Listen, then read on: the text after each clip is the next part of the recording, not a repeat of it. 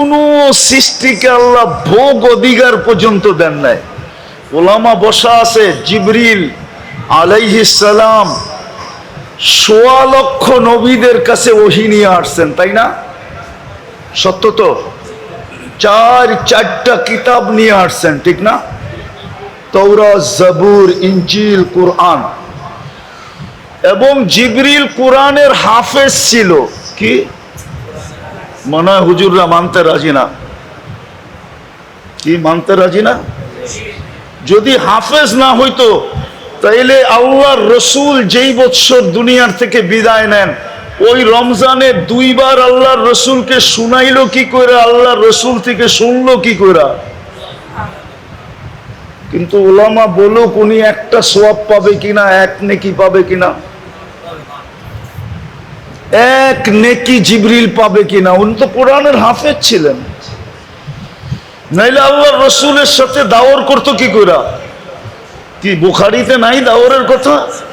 মুসলিমে নাই দাওয়ারের কথা? সিয়াসতে নাই দাওয়ারের কথা? তাহলে দাওয়ার করলে তো এক অক্ষরে 10 নেকি, ঠিক না? কিন্তু উনি কয় নেকি পাবে? কেন পাবে না? বোঝা গেল সৃষ্টিকে আল্লাহ ভোগ অধিকারও দেন নাই, কোন বিনিময়ের মালিকও বানান নাই। আপনাকে আমাকে বানাইছেন। বিদায় চিন্তা করি, আল্লাহ দিলেন কি, দিতেছেন কি, আর দিবেন কি? প্রতি উত্তরে আমি দেই কি? আমি কতটুকু আল্লাহর জন্য করি? এই মজমায় তো একজনও নাই যে ডেলি 500 বার আল্লাহ বলে।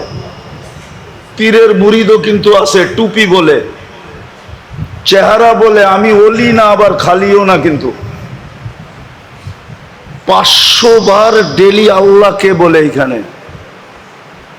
কোন যুবক বলুক ডেলি আমি মনের থেকে একবার আকাশের দিকে মুখ উঠায় বলি আল্লাহ আই লাভ ইউ। এটা মহেশপুর না?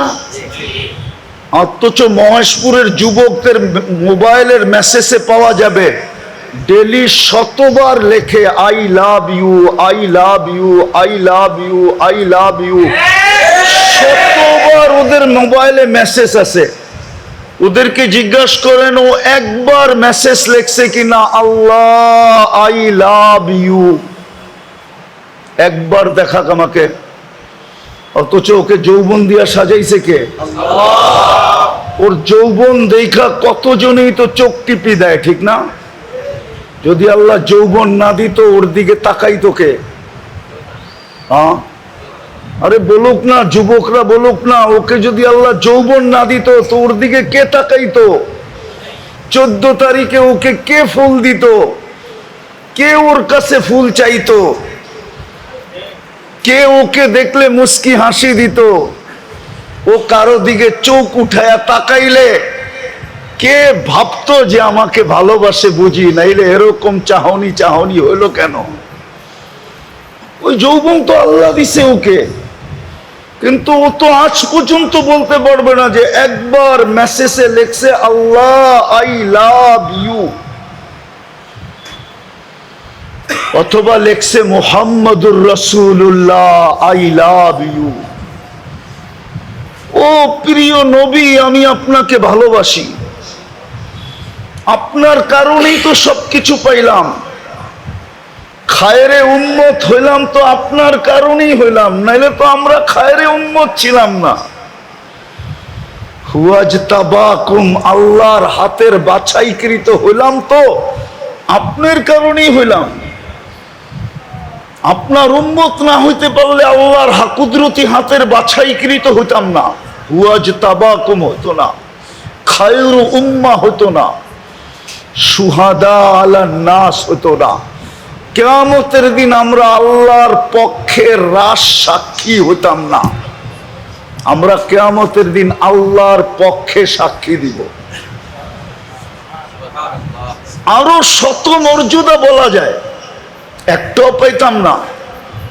এক রাত্র 83 বৎসর কোনদিন আমাদের নসিবে জুটতো না, কোন উম্মতের কপালে জোটে নাই এক রাত্র 83 বৎসর। কোন রাত্র? কোন রাত্র? কোন উম্মতকে আল্লাহ ডাইকা ডাইকা মাফ করেন নাই, এই প্রমাণ কোন আলেম দিতে পারবে না। চ্যালেঞ্জ ওর সাথে আমার। কিন্তু এই উম্মতকে প্রতিদিন রাত্রে আল্লাহ ডাইকা ডাইকা মাফ করেন। আলমি মুস্তাগফির ফাগফির আলা, কি আসিস আয়, আমি মাফ করার জন্য তোদের বাড়ির, তোদের দুনিয়ার ছাদে চলে আসছি, আয়। ডেলি রাত্রে আল্লাহ ডাকতে থাকে। এক যুবক তো আজ পর্যন্ত লেখে নাই মুহাম্মাদুর রাসূলুল্লাহ আই লাভ ইউ। কিয়ামতের দিন যদি আল্লাহ জিজ্ঞাসা করতো কি করে আসছিস, বলে কিচ্ছু করে আসতে পারি নাই, গুগলে খোঁজা দেখেন আমি কয়েকবার ডেলি একবার লিখতাম ইয়া আল্লাহ আই লাভ ইউ, ইয়া মুহাম্মদ। আমি গুগলে সার্চ দিয়া দেখেন আমি ডেলি লিখতাম মুহাম্মাদুর রাসূলুল্লাহ আই লাভ ইউ।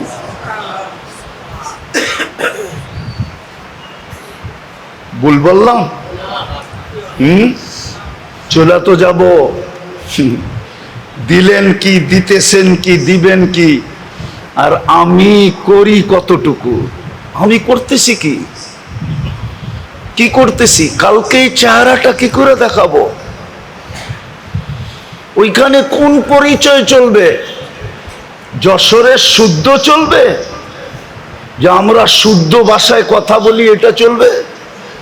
কোন পরিচয়টা কালকে চলবে? যদি চলতো তাহলে কলিজার টুকরাকে সামনে বসায় এই কথা কোনোদিন বলতেন না।